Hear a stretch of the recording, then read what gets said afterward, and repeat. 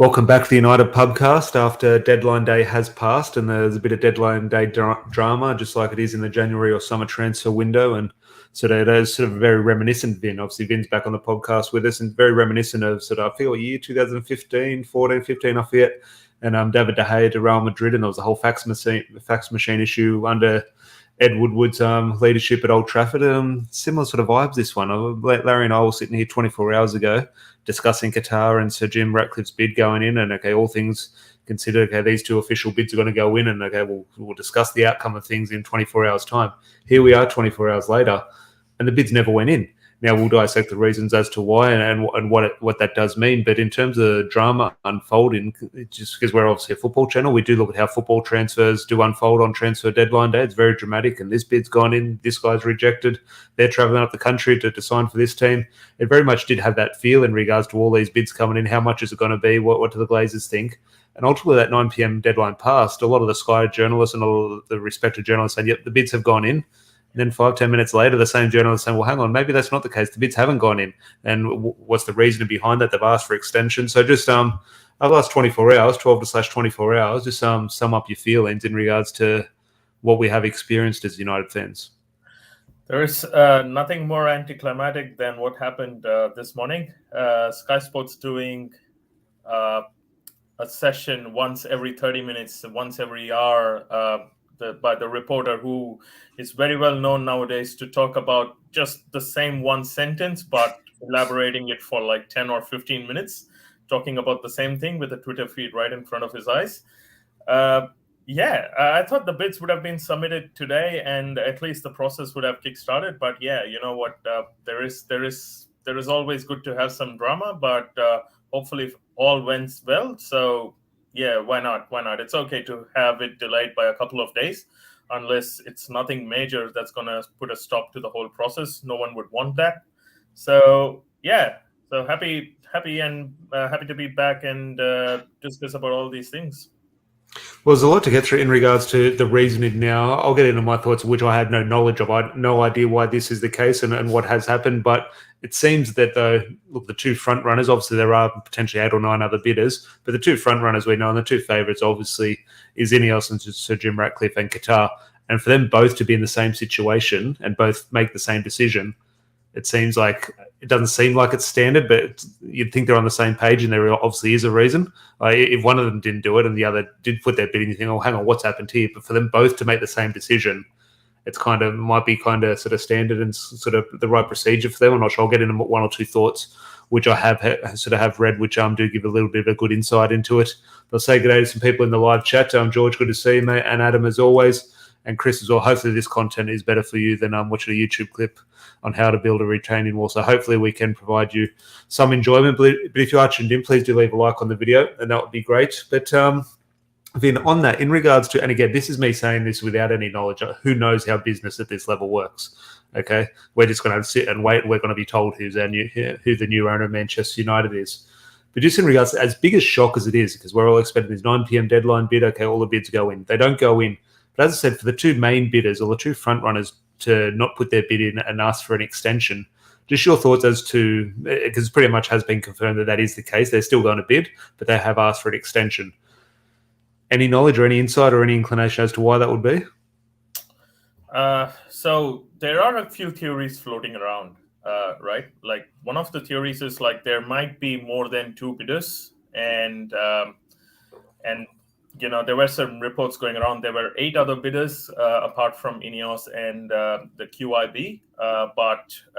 So probably both Ineos and QIB, who were the front runners to purchase the club, have caught the bluff off, and more like they're just hyping up the price by adding more non-existent bidders to the process, which make some of the buyers a bit desperate and put some extra money on top of it. That's why, because few weeks ago, we were talking about the valuation about 6 to 7 billion. And last night, there was this report where QIB was willing to place an offer of more than 7.5 billion. I mean, no matter how much wealth a particular person or organization possesses, no one would want to pay $1 billion extra for something that already has a higher value. So there might be one of that theory. The other one, what I'm thinking is like, which is something I just dusted it off right away, where they might have submitted the bid to a wrong to a wrong organization, which really I don't care, because they actually It's a shame submitted. they didn't put it. It's a shame they Yeah, didn't send the funds to my bank account. Jeez, because how could you get something like that wrong? yeah, they submitted the primary bid to the same organization. Why would anyone make such a mistake to Yeah, something? there's And that nothing in too, that. for two organizations to do the same thing, it's really funny. And the third one is more about sizing up each other, like, like looking for an avenue, like who is going to bid higher Well, value. And it's the theory I heard, and I was going to go into. I think you're thinking along the same lines, and it's a theory I heard, which is potentially, again, with no knowledge, but if I'm putting two and two together, what I think could be the case in regards to, you can only imagine the connections and the insight and the sort of open dialogue these Qataris have with the Glazers, and who Sir Jim Ratcliffe have with the Glazers and the Rain Bank, etc., and all that. My inclination is to what I heard was, let's say there are 8 or 10 other bidders. They've all put their bid in maybe 2-3 hours before the deadline.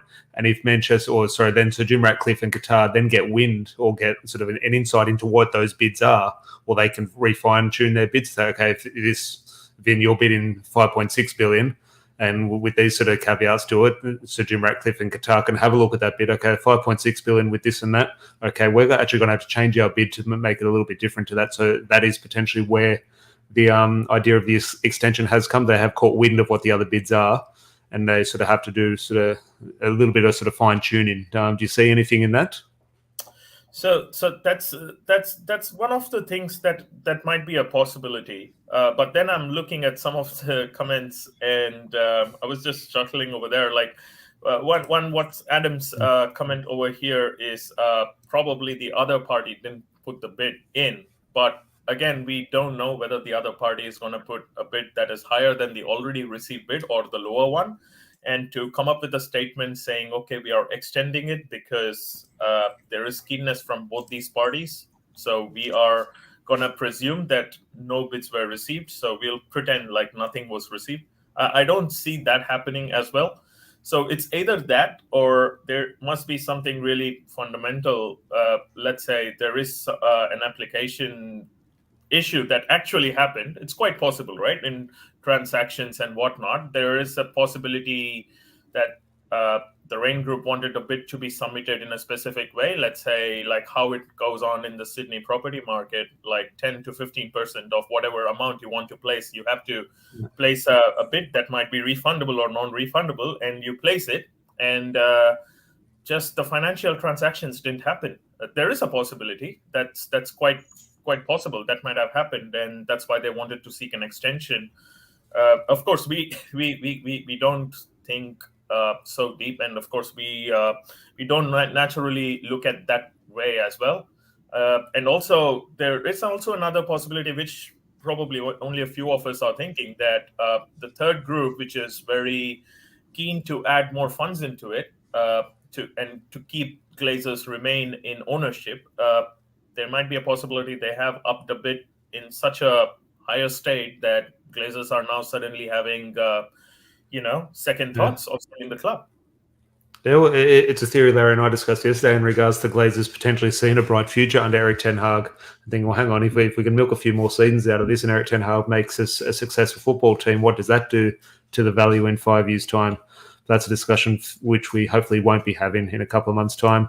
But Ashby, good to see you, mate. Gentlemen, good evening. What an odd day. It is an odd day, but are you kind of enjoying this, Vin, or is it kind of a bit boring and tedious, like in regards to, it is like the way we invest ourselves in transfer stories. They're exciting, but then sometimes you think, is it worth it? It's just one player, just get on with it. But this one is more than a transfer. This is the future of this football club. So one, there is exciting. Hopefully we can sort of take steps towards a brighter future. But also, it is still a very iconic or potential iconic situation, because whatever way it goes, it is going to dictate where we go. So do you find the excitement in it, or is it boring? As a Manchester United fan for such a long time, and like how we have been milking every bit of thing over the last few years, I'm not really excited, and it's something we are all expected for this to happen. to delay, like, you scout a player over the summer and you place a bid in the last day of the summer transfer window. It's something like that. Like, you keep talking about placing bids and buying clubs after all these months, and the day and the deadline when you are supposed to submit the bid, it doesn't happen. So it's more like It's very Manchester United like. Exactly.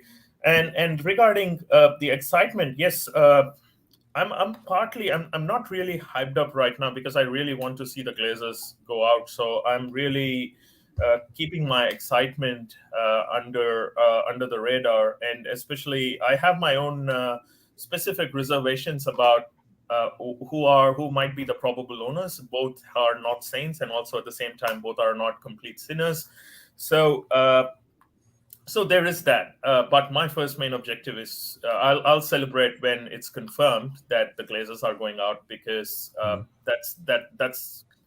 that's like getting rid of a parasite that never ceases to go out of your body.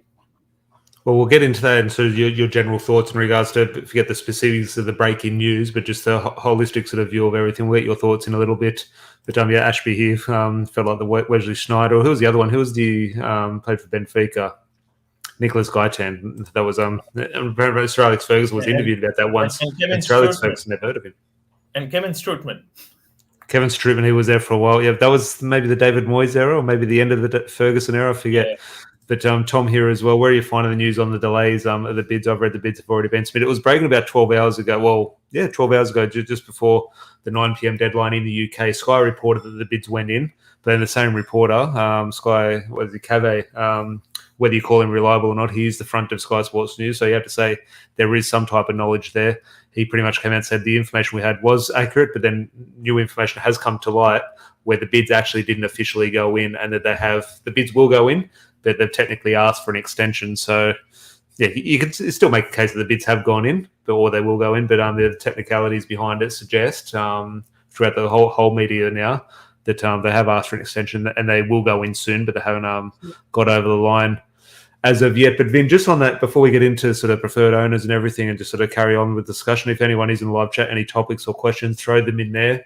But another theory, and not a theory in regards to sort of moving forward, but in regards to what's happened in the last week, has Manchester United has welcomed Sir Jim Ratcliffe and Qatar to Old Trafford to give them a tour of Old Trafford, and also, probably more importantly, in regards to giving them access to Manchester United in regards to looking at the books. So when they're putting a bid together, they can have an understanding of the club's financials and say, okay, this is what the club is truly valued at, because I know what needs to be done. I know the financial situation, and that's obviously going to impact their decision.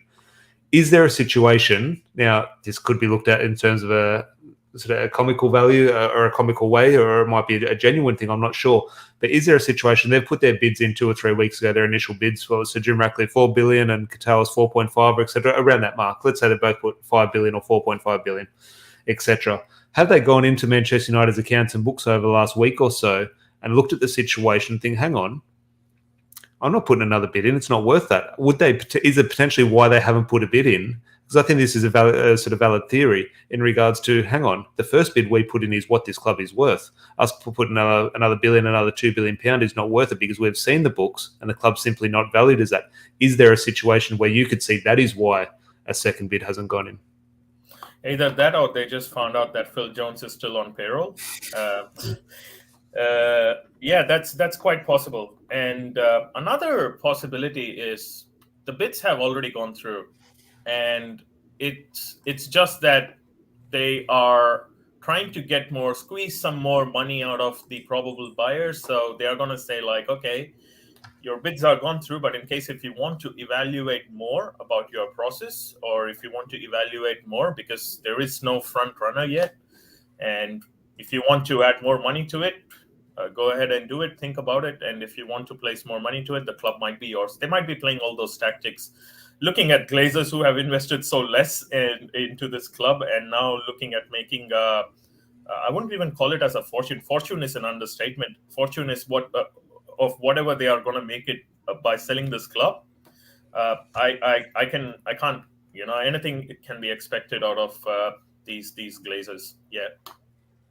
It's a question here from Tom, not a question, but Tom gives his opinion here. And I was having a discussion, I forget it was with you or a few people in the group chat or someone else on Twitter, in regards to the way football, or just we consume football on the way it's reported in terms of the journalists we trust and the journalists we don't trust, what's clickbait, what's valid news and everything. Tom puts a comment up here in regards to Fabrizio Romano has said the bids have been submitted. I'll trust him over any Sky reporter. Sky just copy the news, they don't break the news, which is a valid point in regards to Sky Sports. However, in regards to Fabrizio Romano, just my opinion on this, and this is not a diss at Fabrizio Romano or anyone, in regards to this specific news in regards to ownership, I don't think Fabrizio Romano or any David Ornstein or Andy Minton or any, they don't have the access. They know the player agents, they know the journalists, they know the players, the managers, the coaches who are involved in football transfers. That's what they know. That's where their contacts. The very few people who would be involved in this are the financial people. I think when BBC Finance breaks something or something, that's who you have to news, or Sky Finance or Bloomberg or whatever. When they break news around this, I think they're the ones with the insight in regards to, they're the ones who will have proper connections with Qatar, with the Rain Group, with Sir Jim Ratcliffe. I don't think it'll be the football journalists who we should be listening to. Now, yes, they will get little snippets of news, of course, and whatever they say, you do have to sort of take a little bit of insight into that. But ultimately, in terms of who is breaking this news, I don't really look at the football journalists. They're going to have a bit of knowledge and a bit of an opinion. But in my opinion, the breaking news really is the people who we wouldn't really know the names of in terms of the real finance experts. I think they're the ones who probably know a little bit more of what's going on rather than a transfer specialist. Absolutely. Agree to it 100%. Fabrizio Romano, he's a good, I wouldn't say he's a good newsbreaker. I wouldn't call him as a reporter. But he has his off days as well. He has sometimes jumped the gun and posted something, and it came out to be incorrect. But also, I think journalists go through phases. Yeah. I think maybe it was Fabrizio Romano for 2 or 3 years. He maybe dropped the ball a little bit last year. David Ornstein took over. Maybe in 2 years' time will be someone else. So I think football, like players, journos go through cycles as well. As I said, players, if it's something related to a player, it's more easier for it to get out because players have their own connections, their own agents, their own PRs, and one news, they might be letting it out by themselves just to get some more hits or get some more attention. That's possible. But established organizations like INEOS and QIB, I don't think so. They won't be calling up Romano and say like, okay, we just placed the bid, you can now release it. No, I don't think so. It's something that might be coming from them.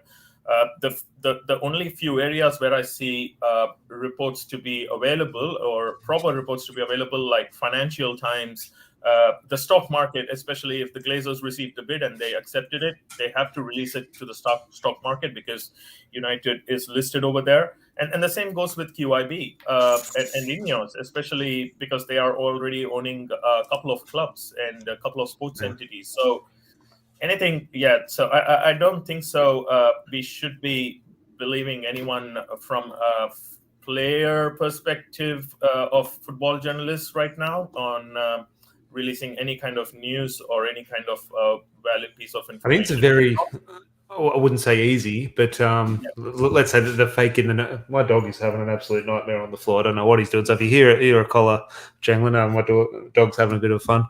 But in regards to, let's say you wanted to make one of the in the know burner accounts on Twitter and wanted to be in the know and say, okay, I've got my sources.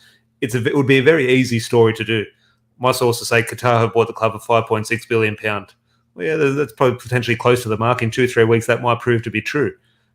It doesn't mean that's happened, but it's very likely that is a realistic situation. Or I could put out tweets. So Jim Ratcliffe has bought the club for £5.9 billion and the debt remains. In 6 months' time, when that is proven true, it's a pretty good guess. That's likely maybe a situation where in a football transfer, okay, I've got his Vin has signed for Manchester United for £50 million, where no, it was actually £15 million or £100 million.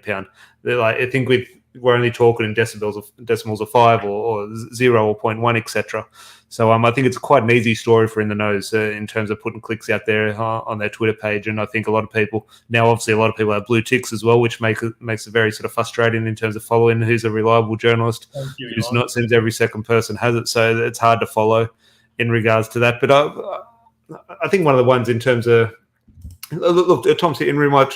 I'm not calling Fabrizio Romano a liar or anything in regards to or doubting his words. I just think, in my opinion, every football journalist is very close to the mark in regards to, yes, we know Qatar are close to buying or want to buy Manchester United. Yes, we know Sir Jim Ratcliffe. I don't think the real updates are coming from them. I think they're giving their opinions and sort of what they've heard from the more reliable outlets in this insight, or sort of around this topic. But a topic that hasn't come up today, and it just as the story of Manchester United is, Vin, there's always a drama unfolding. There's always an angle to look at it. And if you had like a Netflix documentary style of Manchester United, my God, it has taken a big turn today, which we haven't touched on. Everything around this bid in regards to Qatar, Sir Jim Ratcliffe, the Glazers, etc. Sir Jim Ratcliffe's one of his power plants or one of his chemical plants in Texas exploded.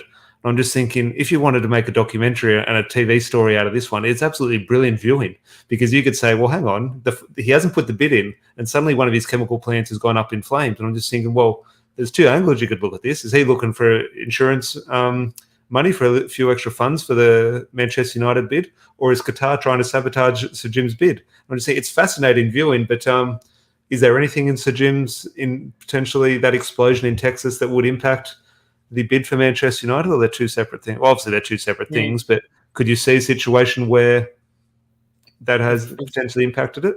If he doesn't become the owner, if the Ineos Group doesn't become the owner of the United, they can probably play that as a reasoning why.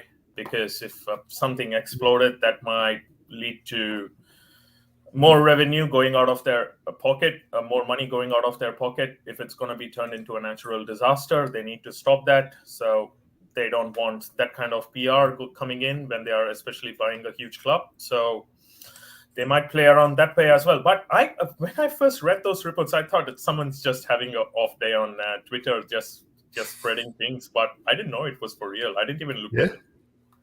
That's great. It's scary footage. Fingers crossed all is sorted and all is well soon. But very interested in regards to, look, obviously just an accident, and these things happen. Unfortunately, they happen quite often over in American Texas. I've seen a lot of them happen, sort of thing. But in regards to that, it is fascinating viewing in regards to your first instinct in regards to playing this drama out in your head. You think, hang on, well, does he need more money now? Is this going to take away money from the Manchester United bid? At Qatar, have they tried to sabotage this? Have they planted something here to sort of get under his skin? So it is fascinating. But before we move on and sort of wrap up with just one or two other snippets of Man United news, and as said, if you're on the live chat, get any questions or topics in for us.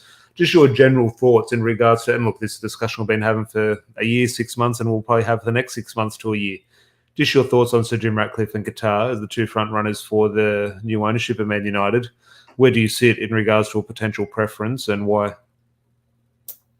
That's a very tough question, Tom. As I said earlier, I got my reservations towards both the owners, and I don't want to associate the club with geopolitical or of course, I need to associate the club in case if there is any human rights related issues. That's going to be a tough call for me. Depends on it. But again, as I said, no one is a saint. Everyone's have their own past. Of course, Jim Ratcliffe, as of now, is being painted as the savior. But again, the things his organization has been doing to the ecosystem is not really. It's not really on a positive light. The same can go with QIB. Everyone knows what actually happens in Qatar, and any kind of human rights issues. Of course, we don't want to talk. We don't shy away from talking about that. But at a football podcast, if we are really talking about what they are going to bring to the club, of course, there's going to be some investments, as they had mentioned in their prologue to purchasing the club. Looking forward to it from a club and from a supporter's perspective.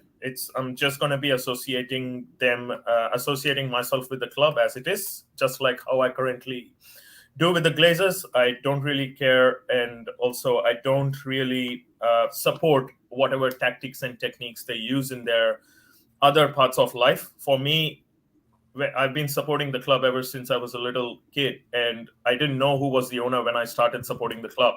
I didn't even know probably Sir Alex's name when I started supporting the club. So for me to really fixate on who's owning the club and then choose whether I'm going to continue supporting the club or not, as some of the people in Twitter are talking about, is really childish, to be honest. The other reason is I don't have any preference, but if I'm looking at this perspective, right, like Ineos already holds another club, OSG Nice in France. They also have a cycling team. They also have a yacht team. So they are very well established in the football space and also in the sports space. But my question is like, how much more investment the club, Manchester United, requires a lot of investment, not just from a player's perspective, but from a stadium perspective, the process, the policies, the rebuild of the team and the stadium, the upliftment of the community around it. They need a lot of investment. And I'm not sure if Ineos can invest such kinds of money into into this club while already having some liable expenses on other sporting entities. Have you seen that in regards to, sorry to interrupt you there, but in regards to the so-called leaks we've had from the bids, what Qatar are going to provide and what Sir Jim Ratcliffe's motives are? It has come out, obviously, Qatar, there's no doubt, whether it be Saudi Arabia, Abu Dhabi, or Qatar, they come out, we definitely know they don't have to give the blueprint of what they're going to do. We definitely know what they want to do. They want to go and win things. They want to go spend whatever it costs and win things and be successful, of course. So us as Manchester United fans, yes, let's go win all the trophies. That we know what Qatar is about, and obviously they're very positive things. We want nothing more than to watch Manchester United win every time we see them play. So Jim Ratcliffe has gone down the lines of thinking, not so much discussing, I'm sure that is a plan if he wants to take over. I'm sure he wants Manchester United to win. But his selling point in regards to fans' perception is the real community part of the club in regards to, I don't think he's putting the Manchester back in Manchester United in regards to just people from Manchester. I think he means that the core of the club in terms of the traditions, and the huge part of the traditions is the global fan base. That is part of Manchester United, of course. But in regards to I think there was a quote, I don't have the quote in front of me, so I can't sort of cite it exactly, but it was along the lines of, how do you value Manchester United? And he's going, well, how do you value or paint him? Sort of thing, and what's the value of it? It's obviously in the eye of the beholder. So, just your thoughts on the difference in regards to Sir Jim. What's more important to you as a Manchester United fan? Now, yes, we're about winning trophies, we're about winning football matches. That's what we wake up at 3 a.m. for, to watch winning football. But ultimately, what is more important to you? That winning football matches and trophies, or, as said, in terms of, we've had this discussion plenty of times in regards to why we support Manchester United. It's going to the pub at 3 a.m. with everyone, just not for the football, just to get together with mates. That is Manchester United. We've travelled across Australia in terms of to have a few beers with people. That's because that is what Manchester United is to us. So that is, again, Sir Jim Ratcliffe's not buying the club for us to go have a couple of beers at the pub. But in regards to the community aspect and the core traditions of Manchester United, or winning trophies, it's a balancing act for me. I'm not sure. Obviously, the ideal situation is both. Of course, that's not going to be the case. But just your thoughts on where you stand on the two sort of motives or the two directions under the two owners. At the end of the day, people are forgetting whoever is willing to buy the club are businessmen. They are nowhere. 6 months or 12 months ago, Jim Ratcliffe were lining up to buy Chelsea. So all these quotes is just basic PR mechanisms to, drift some crowd, or drift some publicity towards him, whether it goes into a positive spin or a negative one. Regarding yes, I want my club back to its winning ways. I want my club winning trophies. Of course, there is going to be people who are going to say, at what cost? Again, that's a very tricky topic to talk about. And of course, we can go hours and hours to talk about it. But when it comes to anyone saying, okay, I'm the rightful owner, or I'm the actual self-righteous owner of Manchester United, I'll put Manchester United back in Manchester. That's one of the quotes of Sir Jim Ratcliffe. I don't digest these quotes really well. I just read it and I just say, like, okay, it's just for the sake of clicks and some quotes that media can run through. At the end of the day, everybody's motive is to get the club, make some more money out of it, and then continuous milking machine. Make the club a continuous milking machine. Most of you guys are not going to agree to it, of course. Even I feel bad when I look at any club, but look at any clubs across the top leagues. They are, at the end of the day, except for the German ones, because most of them are owned by fans, and some of them in Spain, most of them are just continuous milking machines for their owners. And so again, I'm just gonna keep looking at the eyes of a footballing fan. I'm just gonna be there to support my club and nothing else. Don't really really care about what happens before and after or outside and outside of the football pitch or outside of the football stadium. But I want to hear your thoughts about how would you feel if, let's say, the owners are still going to be staying around. Glazers are still sticking around, and I don't remember the financial group who is willing to pay more money. They raise a lot of funds. The Elliott From the Group. remaining 8 bits, give them a portion of Manchester United shares, and the Glazers stick around. What do you feel about that? I think not good. I think that's just a continuation of what we've been. Now, yes, we've got a very small group, a very small sample size of the brilliance that Erik ten Hag is doing that will only last so long. If we do get what the Glazers want in regards to Champions League football and bums on seats in the stadium and selling a certain amount of shirts, the Glazers will be happy. So the funds will be reeled in regards to transfer targets until we need Champions League football again. So Erik ten Hag will qualify for the Champions League. He won't get Frankie de Jong. He won't get the players he wants. Suddenly, the next season, this will obviously perform less because we'll have less quality players. We'll panic and we'll spend a little bit more money to get back in the Champions League, and we'll sack the manager, and it'll be rinse and repeat. So ultimately, any situation where the Glazers stay, I think we see what we've seen for the last decade, and I think that's close to fact. I think that is how they run the club. That is what will happen, no matter how good Erik ten Hag is. But there's a few questions here. There's a comment earlier as well I want to come back to from Tom, but just on this one as well, in regards to the quote I was talking about, Sir Jim Ratcliffe. And yes, I agree. I didn't have the full context behind it. I didn't hear what the question was exactly, but he's saying here, or clarifying, I thought the painting reference he said was in regards to the price to buy United's because it was reported that he won't buy more than what he feels the club's value. And here he says, whereas the Qataris look like he's willing to spend big to get us. I have a feeling there. That is the perception. I agree with that. On the outside, I do look at that. Okay, Qatar's going to spend more to get Manchester United than Sir Jim Ratcliffe. That is my feeling, and maybe that's a correct feeling. Ultimately, though, is Sir Jim a little bit hard done by there? Because Qatar, they're not going out and just getting it for whatever. They haven't bid 10 billion. They're bidding the same as Sir Jim Ratcliffe. I'm just thinking, well, that's the same amount of money. And I'm just thinking, Sir Jim Ratcliffe is obviously putting up a lot of money. Now, you can argue where that money's coming from in regards to loans and how much is him and how much is Ineos, etc., compared to out of the back pocket of it's not one individual, but let's say that Sheikh Jassim was one individual. I'm just thinking there is a feeling that Qatar will go spend whatever it costs. Well, they're not at the moment. They're still bidding the same as Sir Jim Ratcliffe, and they're not, whether Sir Jim or Qatari or Abu Dhabi, people with this amount of wealth don't just go and spend whatever. They will go look at the books. They will make financial decisions. Qatar, more than likely than anyone, will walk away if they don't feel it is right. And I'm just thinking, I feel Sir Jim is a little bit, and maybe rightly so, I'm not sure, but a little bit hard done by here because ultimately Qatar, I do share the feeling, will go spend what it takes. They haven't yet. The thing is, the only thing, if Sir Jim Ratcliffe doesn't come out as the probable owner for the club, the only thing he can do is he can give himself a pat in the back to go head to toe with a country, country's worth of finances, and come so close to being an owner of the club. But then that's gonna boost his professional or his organization's PR. That will go on. He will release a statement. He will release an interview a few months down the line, and he will talk about it. But one thing I wanted to bring to notice is what Tom here. I can't link the comment. Is it on the Nice one?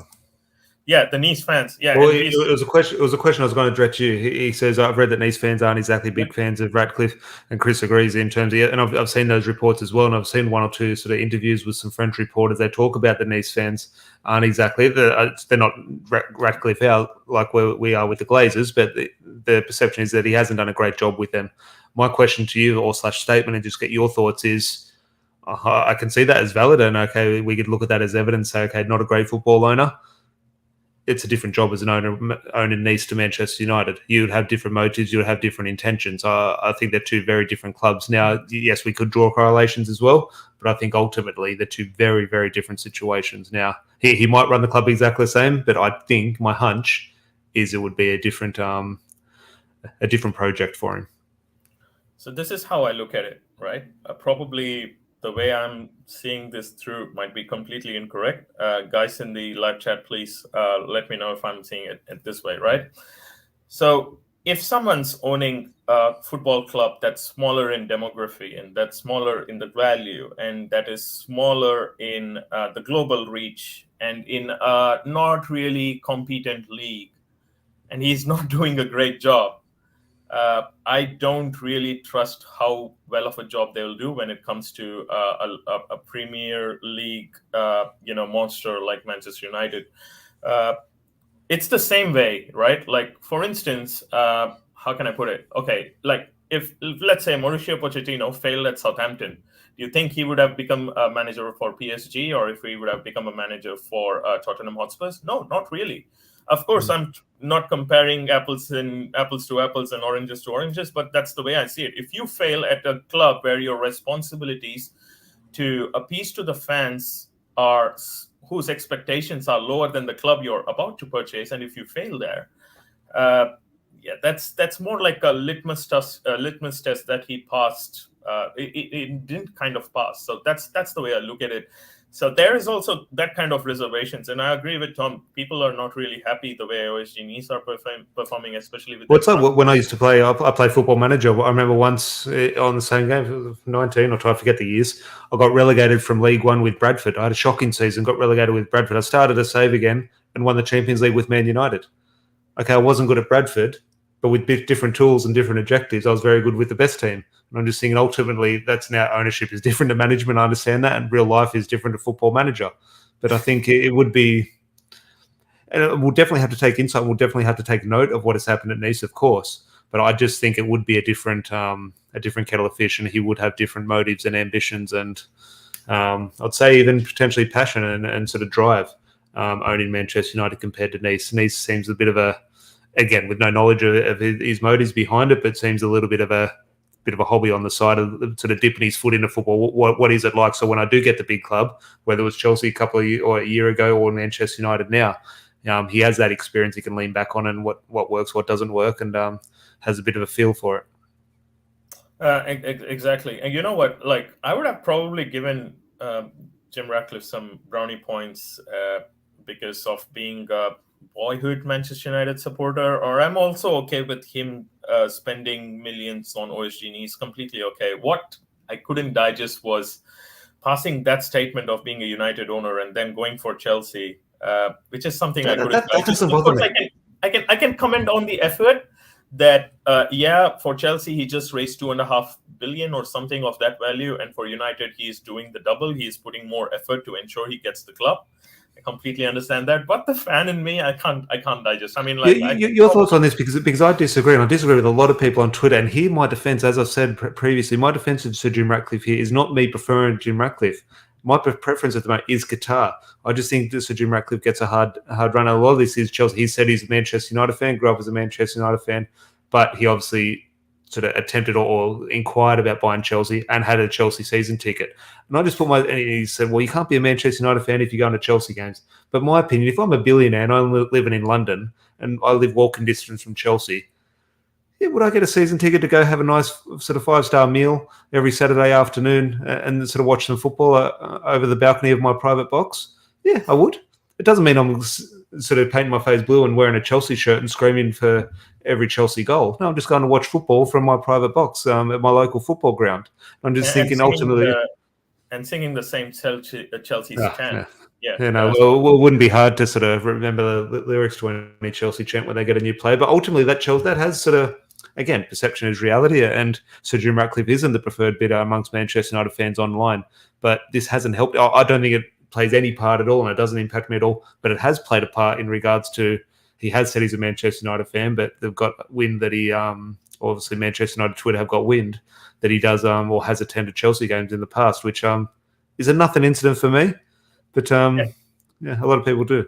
I don't mind him going to the Chelsea games as well. Like, yeah, that's completely understandable. What I couldn't digest is him going for placing to become an owner and then trying to become an owner, and when that failed, I was like, okay, let's raise some more money and let's get Manchester United again. So, but don't you think Qatar? Don't you think Qatar, if another club came on the market, they wouldn't be interested?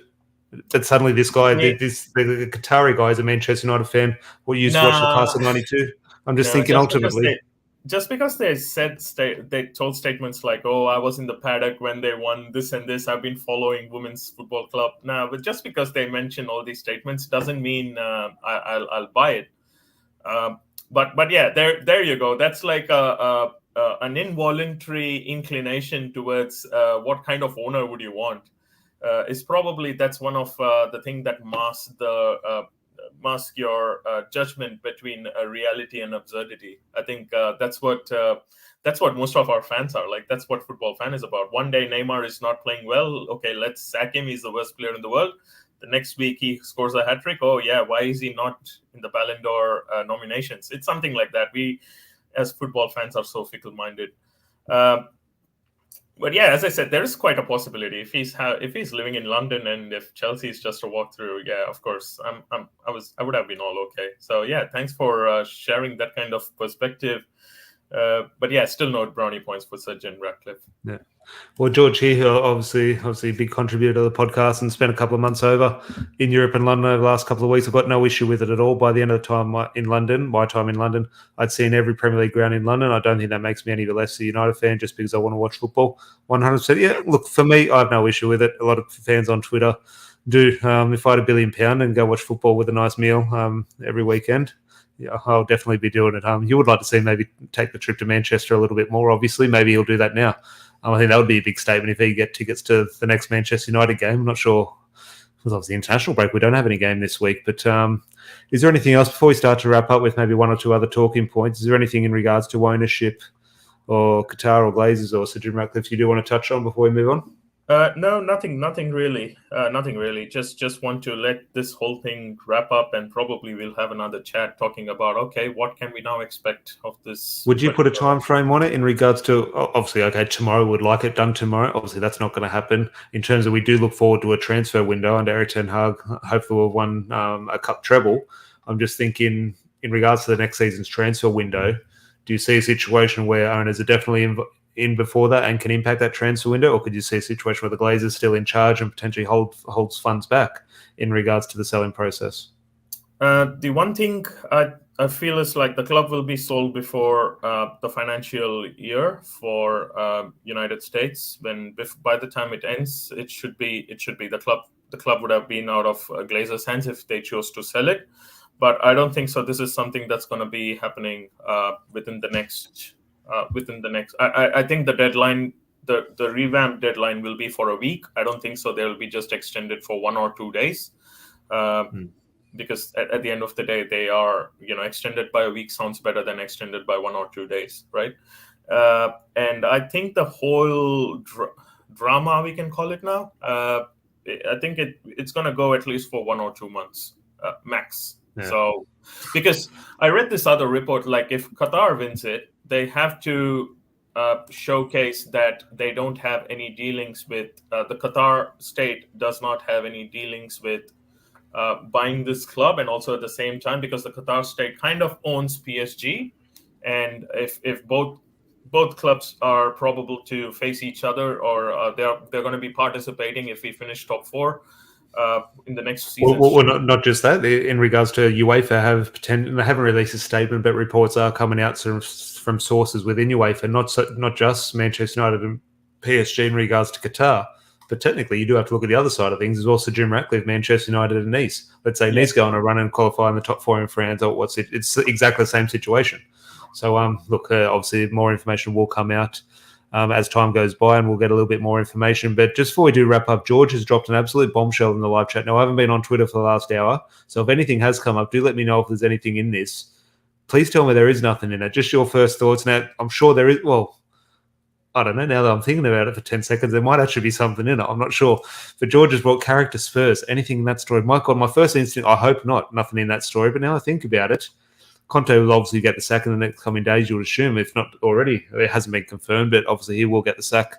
You'd assume by the weekend. It'll be done any time. Michael Carrick, obviously working wonders at Absolute Middlesbrough, doing fantastic stuff there in regards to their climb up the table, and not just the climb up the table, but the way he's managing and the football they're playing. I'm sure a lot of us have seen the goals that Middlesbrough have scored, and it looks absolutely brilliant football. Maybe there could be something in that. And my God, I don't want that. No, that's not me as saying I want Carrick as a future Manchester United manager. I'm well down the track in regards to that. He needs to prove a lot more. I like Michael Carrick, though. I don't want to see him fail at Spurs. I love Michael Carrick. And him returning to Spurs will play this thing like the prodigal son returns, because he was from the Spurs at the initial stages. But no, I don't want another Andre Villas-Boas to happen, where someone who has performed in a lower league and then coming back to a club like Spurs. But in regards to an opportunity, like, yes, he is younger, he needs to be patient. But in regards to if your manager, I agree with Tom here saying Carrick will stay at Middlesbrough. If they're in the Premier League, surely why would he go to Spurs? The last bit there, why would he go to Spurs? 100%. However, why would he go? You just never know in regards to how these opportunities will change and when your time is like your sort of purple patch. I'm not saying this is a purple patch for Carrick, but who knows what's going to happen. Like, look, Frank Lampard and Steve Gerrard, the next best things. 6 months later, they're never going to get a job in the Premier League again. That's how these things work. Is this going to be Carrick's highest ceiling in his career? Potentially. Who knows? Let's hope it's not. But if it is, he might never have a club like Spurs of that caliber ever come calling again. So the moment they do knock on the door, with obviously a high wage and an exciting potential job on his hands, he might jump at it. And he wouldn't. I think he would be wrong, but I also make a case that he wouldn't be wrong too, because these things don't come around often. And that's true. A big club in revenue. Sorry. Or as compared to Borough, of course, these opportunities won't come knocking around. But I think he's as well balanced in his thinking and as composed he is. I don't think so he will rush to a role like Spurs, given what kind of history they had with their managers, the owners, whatever has happened. I would love to see him in the Premier League, but I would rather prefer if it was with Borough, where he is like really doing something what Lampard couldn't do. Bring Derby from the SEC Championship to Premier League and then making it really withstanding. Probably, you never know. Probably Carrick might do it. Carrick might come into the Premier League next season and become one of the Fulham success stories of this year. You never know about that. So I would, if I was Carrick and if I was one of his private confidant, I would say, dude, just stick around. Yeah. Tom here, in regards to Vino, big fan of Mourinho as well. If Conte and Mourinho can't find the success at Spurs, who are hugely decorated managers, and he's ahead of Carrick, what hope? Which my first instinct as well, of course. But then I look at it and think, well, maybe the job is maybe more suited to someone like Michael Carrick rather than a better manager. Maybe just in regards to how things would unfold. Who knows? But I did see a video, which I'm sure everyone's well aware and seen many times, popped up on my feed about 2 hours ago. It's funny you mentioned Jose Mourinho there. But in regards to, obviously in the news as well, apparently Dele Alli in Besiktas is not answering his phone. Besiktas can't get a hold of him, and he's just gone AWOL. He's not training or anything. And that video always pops around about Jose Mourinho and Dele Alli, and it's just so poignant in regards to, I did see it pop up on my phone as well, just before we went live, that the Ruud van Nistelrooy goal against Fulham was 20 years ago today. And I just think that cannot be 20 years ago. Like that's an impossibility. I remember that like it was yesterday. There's no way that was 20 years ago. Ultimately, it was. And I'm just looking at that and thinking what Jose Mourinho said to Dele Alli in regards to when you're 15, you're retired, you're going to regret. He said Mourinho was, I forget what he was in that video. He said, I'm 58 years old today. Yesterday I was 18. Time flies. And I just think it's so true. And the way Jose Mourinho did address Dele Alli in that interview, he got it bang on. Because Dele Alli had the world at his feet. He was on the verge of potentially moving to Manchester United if things were different. He had everything going. And ultimately he stayed at Tottenham and he kicked on with his career. He looked the goods. And now just a nothing player. Well, which is, okay, that's on him. Okay, I can crack on as a Man United fan, no skin off my back. But on an individual level, a little bit sad. That's true. And it's not just for football. It's for every other career, right? Like, I remember when I was... when I started my career, I want to do certain things, and some of them are still part of my bucket list. So sometimes I look at it and I was like, okay, you know what? It's time to take that up. But I wouldn't compare Mourinho and Conte. I won't put them in the same basket. Mourinho, he's a different manager. I'm a big fan, so there is some bias over there. But yeah, I mean, like Mourinho, he has his own off days. He comes with his rants and his way of talking to the media is completely different. He goes on rants, but his rants are pretty much gentler as compared to what Conte spoke a few days ago. And Mourinho also passes words of wisdom, especially to players. You look at Scott McTominay at United. You look at what Lingard was doing before Mourinho came in, and what he was when he was playing under him, and especially Dele Alli. I mean, like if let's look at if a player who's really really keen, and if he heard words about heard about the words what Mourinho told Dele Alli, another player might have just grabbed those words and might have been a world beater now. So yeah, again, you're right. And looking at that Fulham goal, I was literally, I was like, damn, I still remember where I was when I watched that goal. I still remember. I remember the couch. Obviously, would have been watching Mum and Dad's place. I remember the couch we had at the time because I remember it must have been. I remember Dad used to wake me up in the morning. Like it was a 2 a.m. kickoff. I'd be asleep. Dad would wake us up 10 minutes before kickoff. I might have a shower, sort of thing, to wake myself up and sort of go out to the lounge room. I still remember that goal. That season was like sort of my prime viewing as a Man United fan. Obviously, I loved Ruud van Nistelrooy. David Beckham was that was David Beckham's last season at Old Trafford. Obviously, won the title. And I'm just thinking, yeah, that was prime Manchester United for me, that era. And I refuse to believe it was 20 years ago, but Twitter confirmed it for me. So it is one of those things. I also saw, I think it was 9 years ago, or maybe even 10 years ago, I forget, Wayne Rooney's halfway shot from against West Ham, or almost halfway. Really? The long one against West Ham, obviously the David Moyes season. And you talk about David Moyes season and anniversaries. That's it's coming on 10 years. 10 years this year. A couple of months to go to 10 years since we were last Premier League champions. And maybe that encourages the need for new owners, because that 10 years has gone quick. Yeah, absolutely. So new owners, if you are watching this, or if you stumbled upon this video, do right by the club, and also leave a like on the video. Please do. That would be very much appreciated. Maybe Larry and I will be back Friday night, obviously tomorrow night, Friday Night Pint. I'm sure there'll be developments. If anything is worth discussing, make sure you are subscribed. So you do so they are notified when we do go live, because I'm sure there will be a lot to discuss. Do appreciate everyone's interaction in the live chat, but a few in the live chat as well. And obviously Vin is with me on Saturday as well, and Larry will likely be there as well. We are meeting, or hopefully meeting, very likely going to meet. Fingers crossed all goes well. But a bit of Manchester United royalty here in Sydney, which it doesn't happen very often as Man United fans here. But Rio Ferdinand is in Australia, is in Sydney.